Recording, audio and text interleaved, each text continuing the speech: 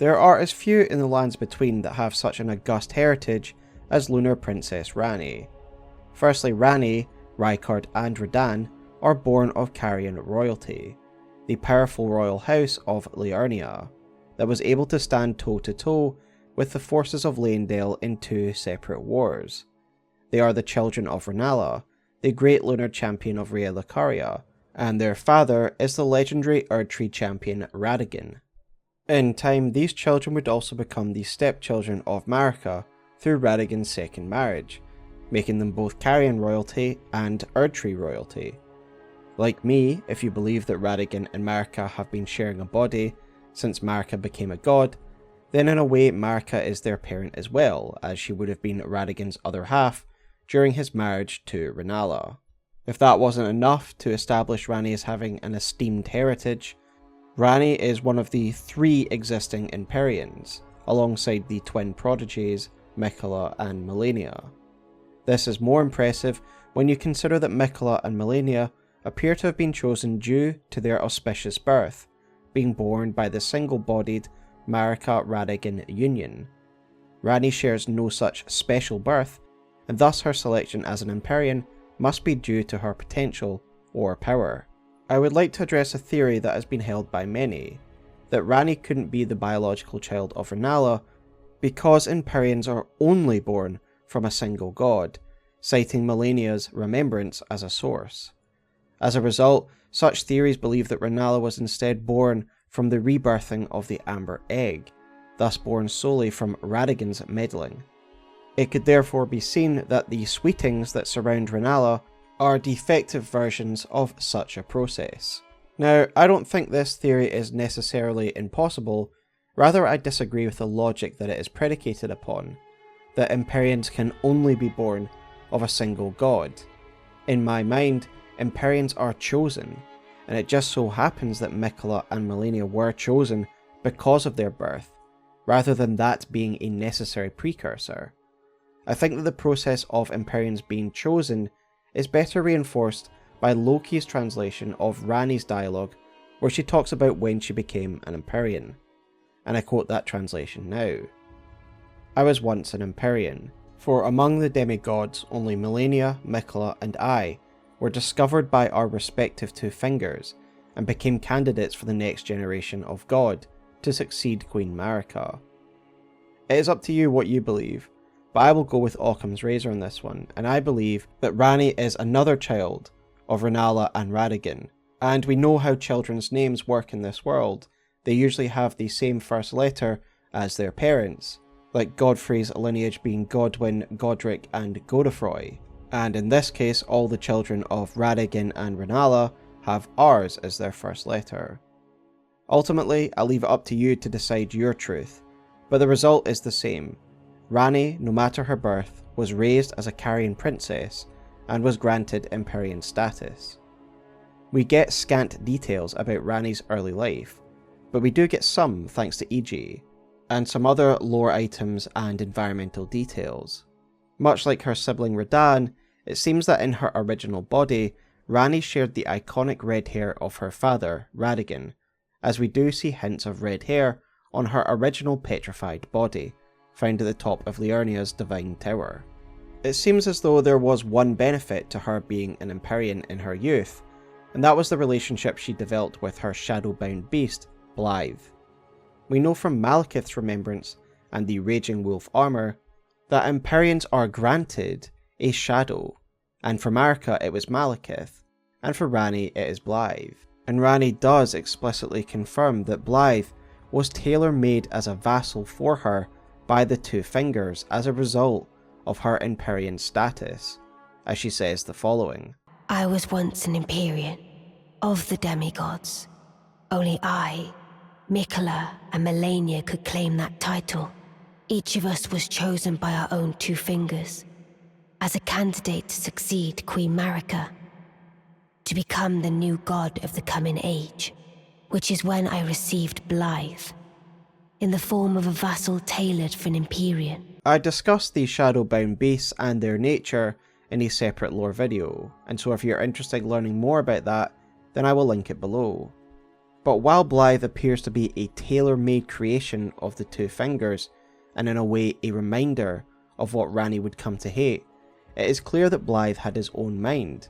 He made his own decisions regarding Ranni, and it is clear that the two developed a very special bond that went beyond Shadow and Empyrean, as E.G. gives us an insight into Ranni's childhood.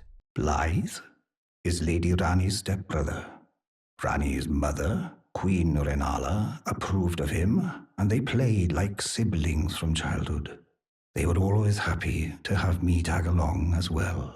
So it seems as though, despite Rennala being associated with the moon, and Blythe being a product of the Two Fingers, she approved of him as a companion to Ranni, and it seemed as though they played together as many other children would, being almost brother and sister.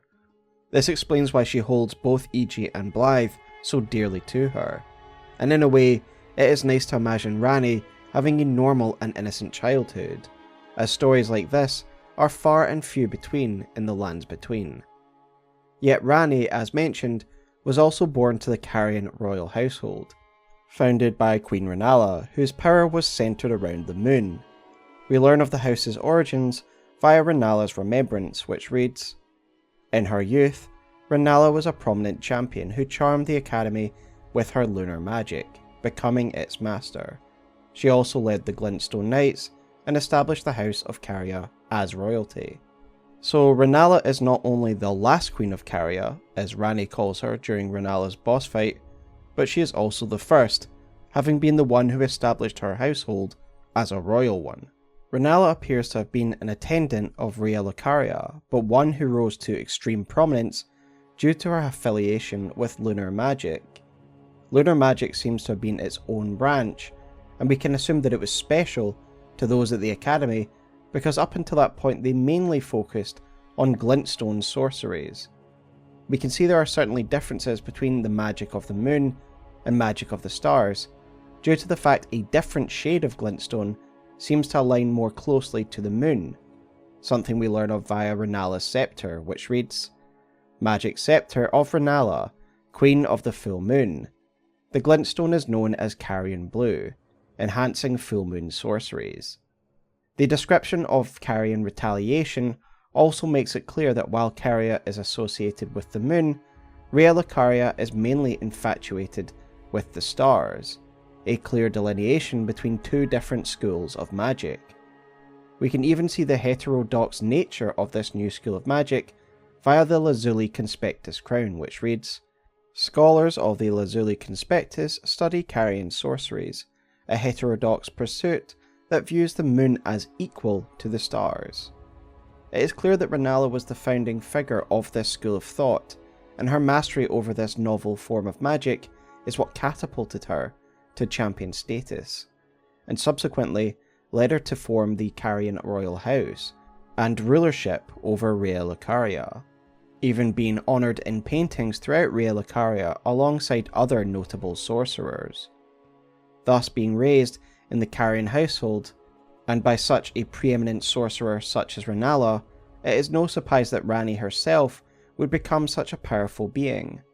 After all, Ranni is powerful enough to bend a dragon, Ajula, to her will, who respected her so much that it took a knightly oath to serve her dark moon as well.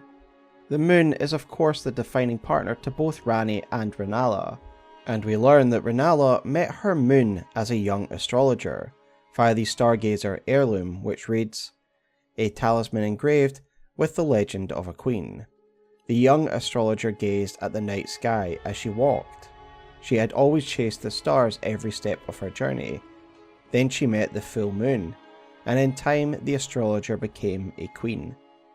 This is very interesting to me, as it seems to be very similar to Ranni's inauguration with her moon, which we learn of via Ranni's Dark Moon spell, which reads, "The moon was encountered by a young Ranni, led by the hand of her mother, Rennala. What she beheld was cold, dark, and veiled in occult mystery. It's almost as if Rennala takes Ranni on a journey so she can encounter her own moon, much as Rennala did in her youth, a recreation of that first fateful meeting, if you will. This does of course make sense, given Caria's power is tied to the moon, and if Ranni was to one day be queen, she too would need to rely on the power of the moon. I do want to briefly comment on the Carian lineage and some strangeness that I personally find with the way in which it is described. Firstly, I do find it a little odd that Rennala is referred to as both the founder of the Carian line, and yet is also referred to as the last of the Carian queens. This makes it seem like a new royal family and an old one at the same time, as if they are some ancient and august royal house, and yet they only have had one queen. The family also feels small to us, consisting only of Rennala and her 3 children, and yet we get plenty of evidence that talks about their traditions and lineage, that make it seem that Ranni is only the latest in a long line of princesses. Take the Carian filigreed crest, for example, which reads as follows: an honour said to have once been awarded to Carian knights who served as direct retainers to the kingdom's princesses. Now there's only one princess, Ranni, daughter of Rennala. Now there is only one princess. This leads us to conclude that there had been other princesses of Caria, and given Rennala is the one and only queen of the House of Caria, then this would mean Rennala must have had other daughters. In all honesty, I'm unsure what to make of this, and there's of course the possibility that Rennala was married prior to meeting Radagon, and had a number of other children with another unnamed consort. What interests me though is how this lore interacts with the hill of the 3 sisters that exists behind Caria Manor. On this hill there are 3 towers: Ranni's Rise, Seluvis's Rise, and Renna's Rise. My presumption is that Seluvis's Rise is an adopted name to reflect its new master, and this was once named after a sister. Could it be that Renna, Ranni, and the unnamed sister were all daughters of Caria, and thus does the Carian filigreed crest refer to these sisters when it talks about princesses plural? Renna is a name that is essentially a derivation of Rennala, and given the way names work in Elden Ring, it would be logical to assume that Renna is the daughter, or was the daughter, of Rennala. Of course, a spanner is thrown into the works here when Ranni first introduces herself as Renna, a false identity, to hide the fact that she is actually one of the most influential players in the lands between. However, to me, it doesn't really discount the idea that Renna was once a separate person, and Ranni has just taken on her name to hide her true identity. The location of the 3 sisters, to me, heavily implies that there were at least 3 princesses of Caria. However, that is just my own speculation. There is of course the possibility that Renna is the name of the Snowy Crone, Ranni's secret mentor, especially since one can find the snow set in Renna's Rise. This would also make sense of Ranni's fake identity. She is literally pretending to be her mentor of old when she introduces herself as Renna the Witch. There is of course the possibility that this item description is poorly worded, but the impression we're supposed to get, I believe, is that the Carian royal house is an old one, with many traditions despite the fact that it has only had one queen. Thus, by the time Ranni came around, the conventions and traditions of Carian royalty would have been established. And Ranni had the benefit of growing up in the household of a powerful family, no doubt receiving a top-class education, and no doubt inheriting her mother's impressive sorceress powers. A very logical candidate for Empyrean status, if there ever was one. What is most unfortunate about Ranni's story is we are missing so much from her early days, and her relationship with the Golden Order, what her opinions on being an Empyrean was, and whether she was happy to go along with it at any stage. The facts are this: Ranni grew up in the Carian household. She was once more humanoid with red hair, who was granted Empyrean status early on in her life, growing up closely with Iji and Blythe, before being introduced to the Dark Moon by her mother. Now obviously this introduction to the Dark Moon is one of 3, in my opinion, pivotal moments that set Ranni on her course to becoming who she is by the time we meet her. The other 2 being Radagon abandoning her mother, and her meeting of the Snowy Crone and her mentorship. So with that said, let us now discuss the nature of the Dark Moon, the occult, and her mysterious mentor, the Snowy Crone. One thing that I'm sure most are aware of at this stage is that Ranni's moon and Rennala's full moon are separate bodies, and in fact you can see them both at the same time at the top of Moonlight Altar. You of course can see the clear differences here in appearance.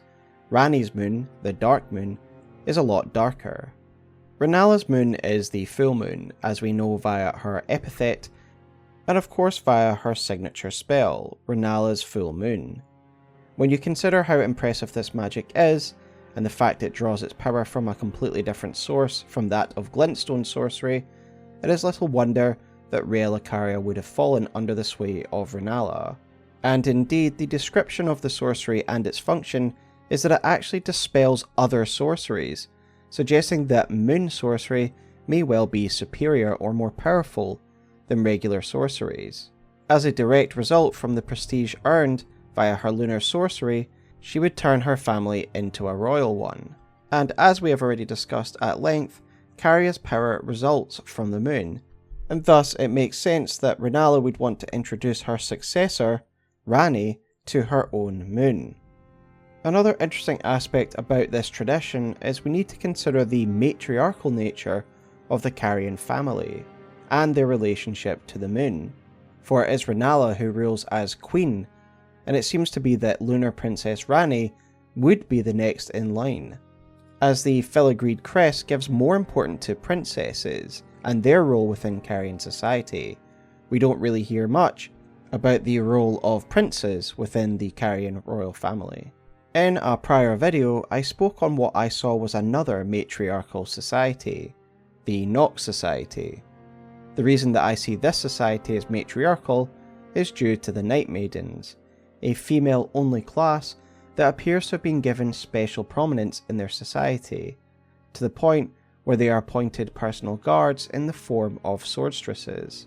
But why is this the case? Why do the Nox and the Carians both seem to be matriarchal?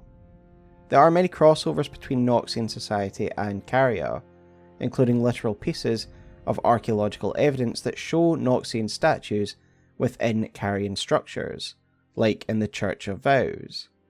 However, the main connection is their association with the celestial, with the moon. Rennala and the Carians have the full moon, Ranni has the dark moon, and the Nox were once in contact with the black moon, as we learn of via the Moon of Noxtella talisman and the Memory Stone item descriptions.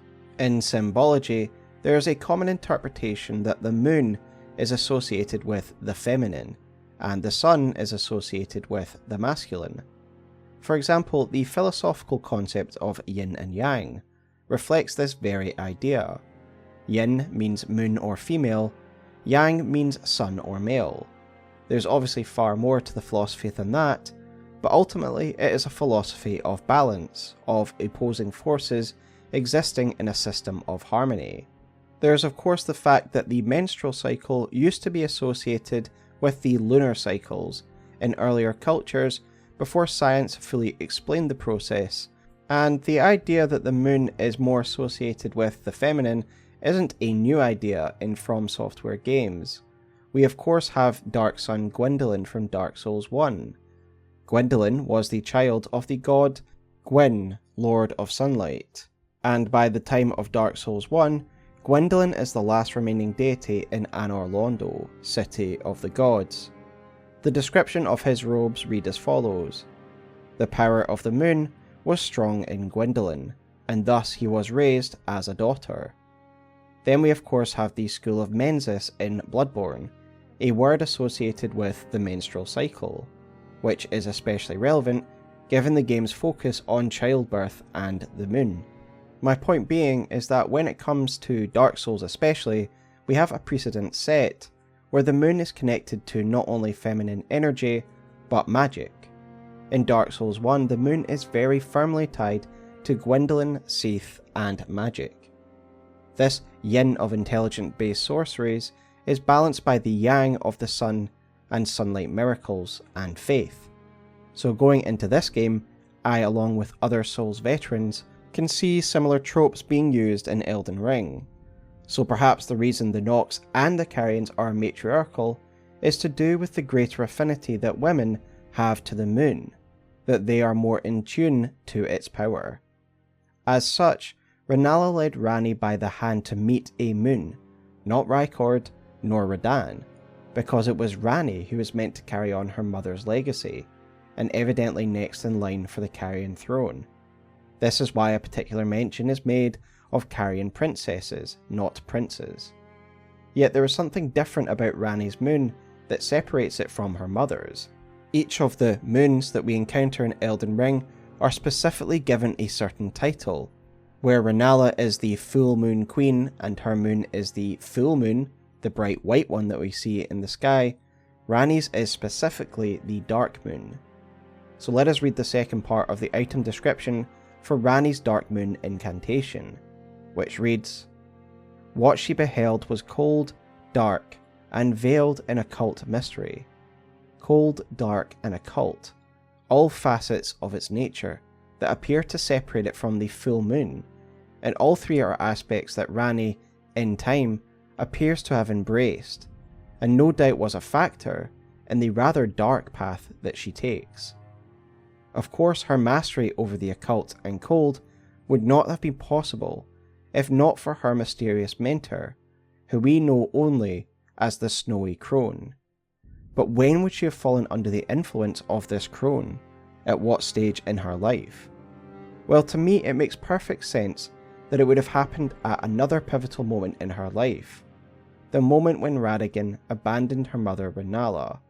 Pastor Muriel speaks of this perplexing event, and he says the following. However, when Godfrey, first Elden Lord, was hounded from the lands between, Radagon left Ranala to return to the Erdtree capital, becoming Queen Marika's second husband and king consort, taking the title of Second Elden Lord. The mystery endures to this day as to why Lord Radagon would cast Lady Ranala aside, and moreover, why a mere champion would be chosen for the seat of Elden Lord. There came a moment when Godfrey and the Tarnished were driven from the lands between, and Radagon would abandon Ranala and marry his other half, Marika, in order to fill the vacant seat of Elden Lord. This then made Ranni, Rykard, and Radahn stepchildren of Marika, but it would also break Ranala. We learn of this via Ranala's set, which reads, "When Ranala, head of both the Academy of Realicaria and the Carian royal family, lost her husband Radagon, her heart went along with him. And then those at the Academy realised that Ranala was no champion after all." Radagon's importance to Ranala can of course be seen by the fact that a statue of Radagon remains in the Grand Library of Realicaria, close to where she herself remains. Ranala does appear completely broken, in a dreamlike state, obsessing over the amber egg, rebirths, and her sweetings. This egg itself was given to her as a parting gift from Radagon, again explained to us by Muriel. In the end, Lady Ranala was left alone, cradling the amber egg Lord Radagon bequeathed her. Now she devotes herself to it through forbidden rite, the grim art of reincarnation. You would do well to remember, severing a vow, strongest of bonds, has consequences ever more dire. Radagon leaving has some wide-reaching consequences for the Carian royal family. As we see in Ranala's set, Ranala's reaction to losing her husband is essentially seen as a sign of weakness by the Realicarians, a moment when they apparently saw that she was no champion at all, as if champions are only people who have no emotional reactions. The idea of a revolt by the Realicarians being triggered by Radagon abandoning Ranala is outright confirmed by Muriel, who says the following. The great and beautiful full moon witch. Sadly, her heart was broken when Lord Radagon left her, and then, when the Academy rebelled against the royals, she was locked away in the Grand Library. So there is the trigger of the Realicarian rebellion, They saw Renala's grief over the loss of her husband as a moment of weakness and struck at the Carians, locking Ranala in the Grand Library, where she remains to this day until we meet her. No doubt the Rhaelocarians may well have been planning this for a while. This was just the opportune moment, and we do learn that the Carians were preparing for the Academy's revolt via the Carian retaliation weapon art, so perhaps tensions had been boiling over for a while. Perhaps Ranala marrying someone of the Erdtree Order was seen as a gross betrayal of everything that Rhaelocaria and Liurnia stood for. We know then that following this revolt, the Rhaelocarian and Carians would do battle, culminating in the siege of Caria Manor, an event we learn of via the sword monument just outside the manor itself, which reads, "The resting place of the contemptible cuckoos, lost in the siege of Caria Manor." We do also get some more details from Iji himself, a blacksmith to the Carians, who may well have witnessed these events himself. When the Rhaelocaria Academy turned on the Carians, the Knights of the Cuckoo descended on this tract. After leveling it, they carried on to the manor.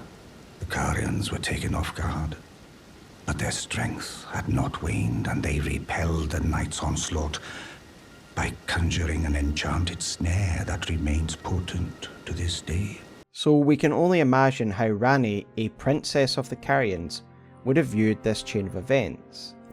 Not only did she effectively lose her mother to grief, and then imprisonment, but she watched her family lose prestige, control of the Academy, and ultimately come under attack from those once considered Carian vassals.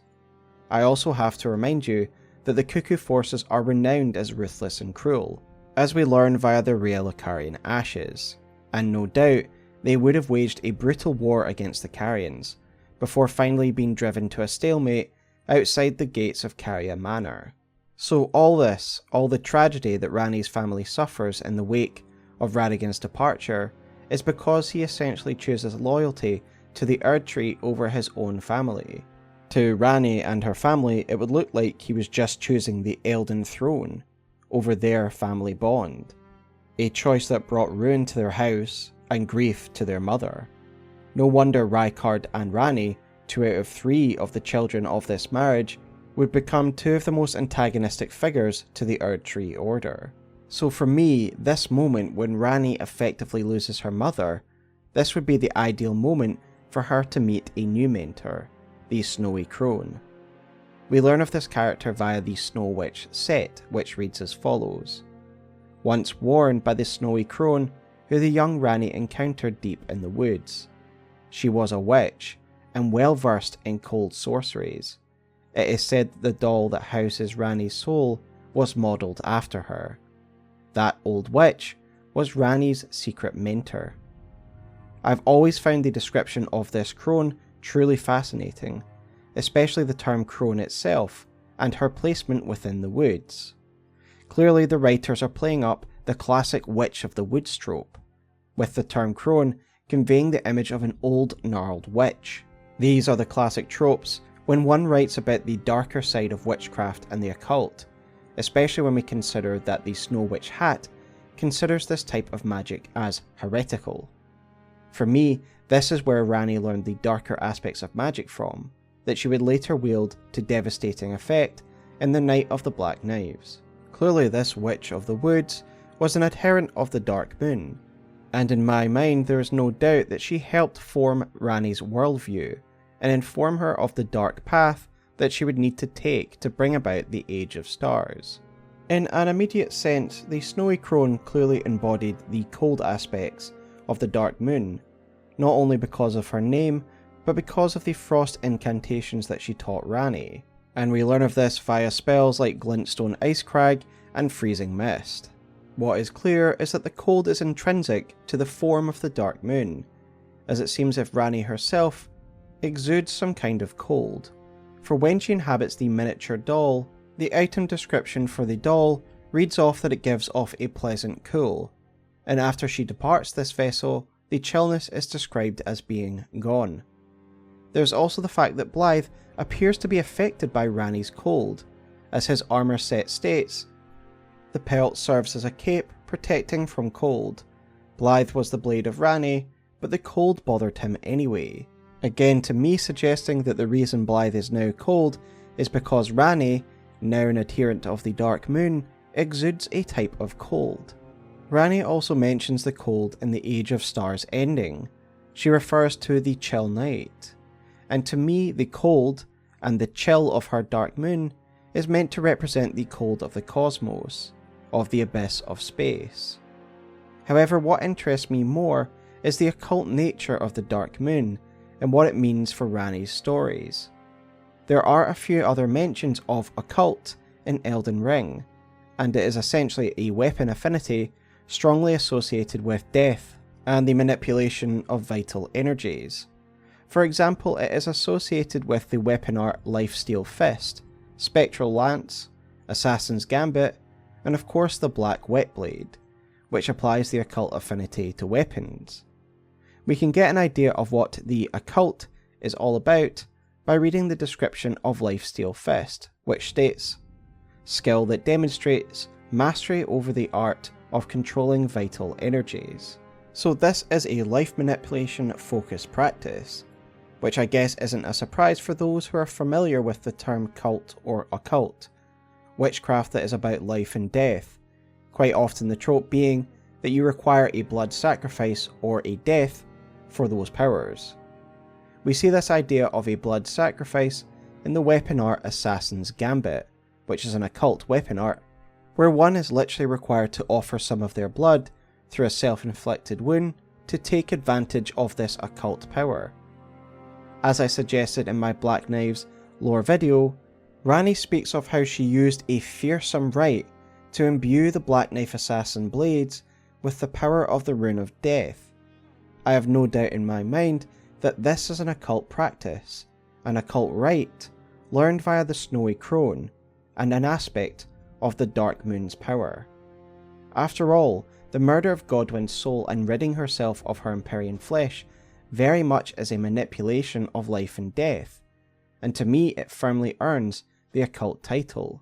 The heretical Snowy Crone playing up to the Wicked Witch of the Woods really does tie into the darker side of witchcraft and the occult, much like the 2015 film The Witch, which I highly recommend by the way if you like a slow burning horror. I therefore think that the occult aspect of the Dark Moon was the aspect that provided Ranni the knowledge and rights necessary to manipulate the Rune of Death in the ways that she did. When it comes to the dark aspect of the moon, as mentioned by Ranni and Iji when they talk of the dark path of the Empyrean that Ranni is taking, I think it is a general representation of what Ranni's moon represents. It represents the cold abyss of space. It represents the yin to the Erdtree's yang, the dark to its gold. It is not necessarily evil, but it is fundamentally opposed to the path laid out by the two fingers, and thus it is the dark path of the Empyrean. To make a long tangent short, I think Ranni was first introduced to the moon by her mother, but it was the crone who taught her the deeper mysteries of the Dark Moon, of the cold, of the dark, and its occult aspects. The very fact that Ranni makes her new body in the image of the Snowy Crone shows how much of an impact this character had on her. She was a mentor to Ranni, meaning that everything that Ranni is owes a lot to the teachings of the Snowy Crone. And ultimately, I believe it was the Snowy Crone who put her on her path that she is in-game, and told her what she needed to do to bring about the Age of Stars. Thank you so much for watching this short Elden Ring lore video. This lore video is a segment from a much larger and longer video on my main channel, and a link to the full video can be found in the description. If you are interested in more Elden Ring lore content, then be sure to subscribe here and on my main channel Smowtown. But until next time, I will see you in the lands between.